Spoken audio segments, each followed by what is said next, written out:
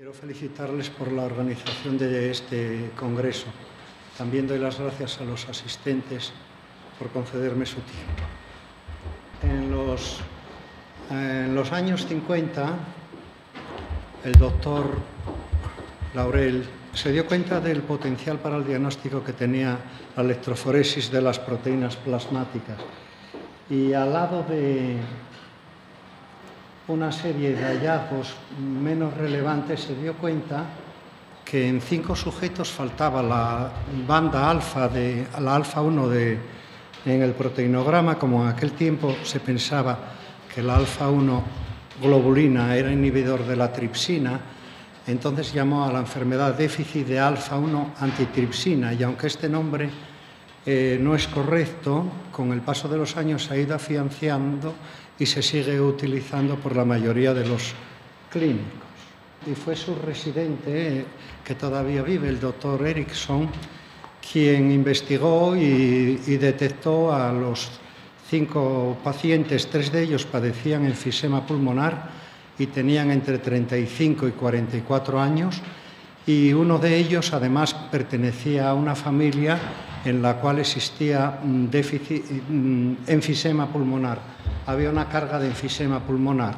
Entonces pensaron que podría ser una enfermedad hereditaria y lo llamaron déficit de alfa-1 antitripsina. Desde el descubrimiento en el año 65 por Laurel y Erickson del déficit, los avances han sido rápidos y sobre todo inicialmente y muy relevantes.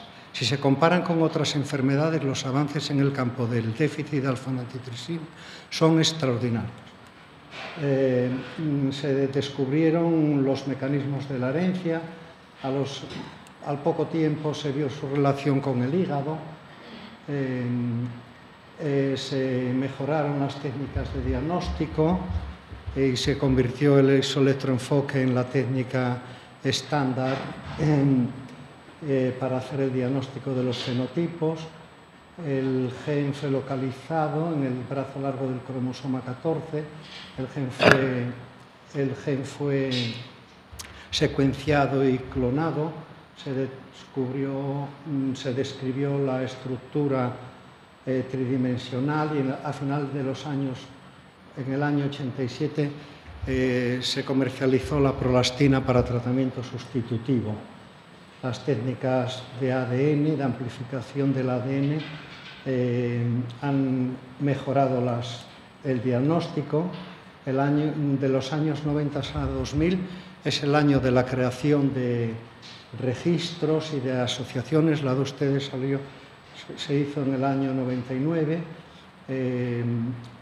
Se fueron describiendo otras enfermedades y últimamente se ha logrado obtener alfa-1 antitripsina recombinante, y lo último es lo que llaman la Alpha One Foundation, la búsqueda de la cura con terapia génica y terapia con células madre, que ya está dando sus primeros pasos, aunque no hay nada práctico, ¿no?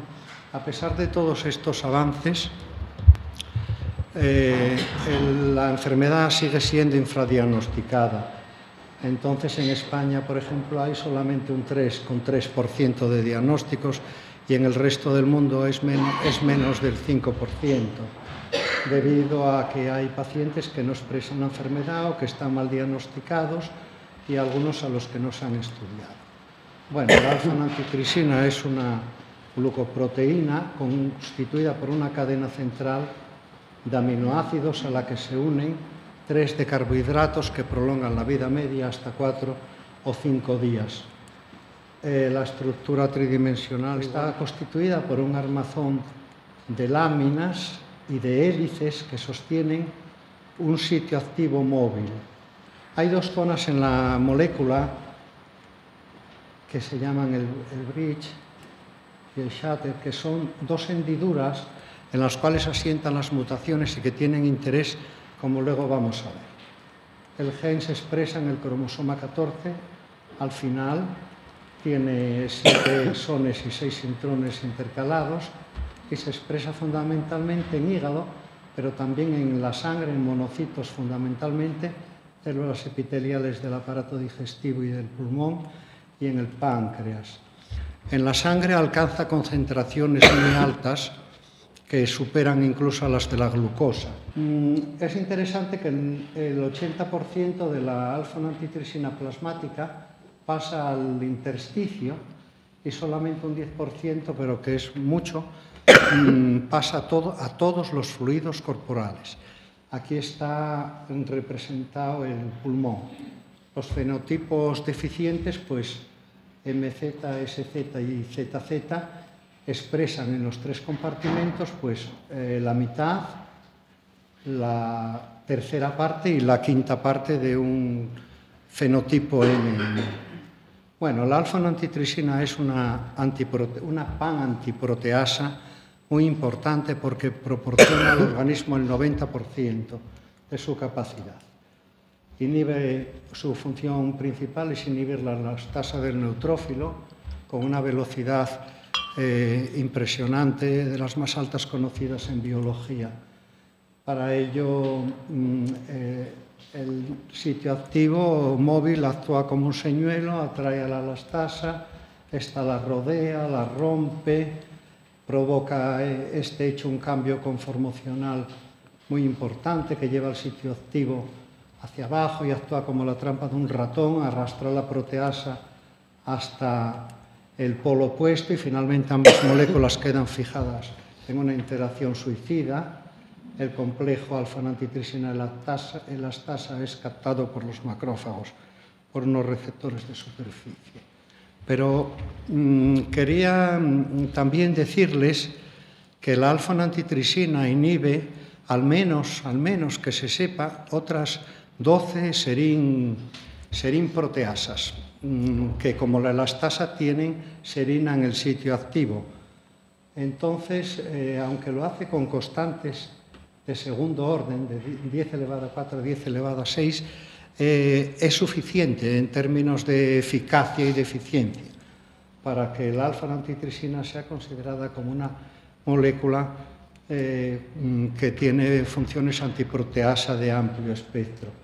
Además, recientemente se ha demostrado que inhibe la matrixasa, una proteasa de pared que interviene que modula la entrada del sodio dentro de las células epiteliales del pulmón. Y además, por mecanismos mediados por clatrina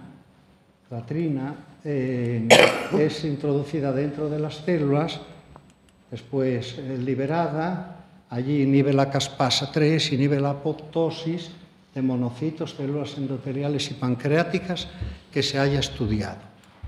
Por lo tanto, todas estas propiedades convierten a la alfa-1 en una antiproteasa de amplio espectro que modula la mayoría de las reacciones inflamatorias que ocurren en el organismo humano y además de esto, pues tiene funciones antimicrobianas, modula citoquinas, favoreciendo la expresión de antiinflamatorios, disminuyendo las proinflamatorias. Por ejemplo, sobre el TNF tiene una actividad extraordinaria sobre el propio gen. Es un poderosísimo antioxidante y es un protector del endotelio y del tejido conectivo importante. Pero esta proteína, debido precisamente a su estructura complicada que la dota de tantas propiedades beneficiosas, tiene sus puntos flacos, porque el cambio de un solo aminoácido, aquí donde se inserta el bucle del sitio activo en una de las bandas del tronco, pues determina un ensanchamiento de la brecha que vimos antes y por debajo la estructura se derrumba, se ensancha y se rompen los puentes de hidrógeno entre algunos aminoácidos.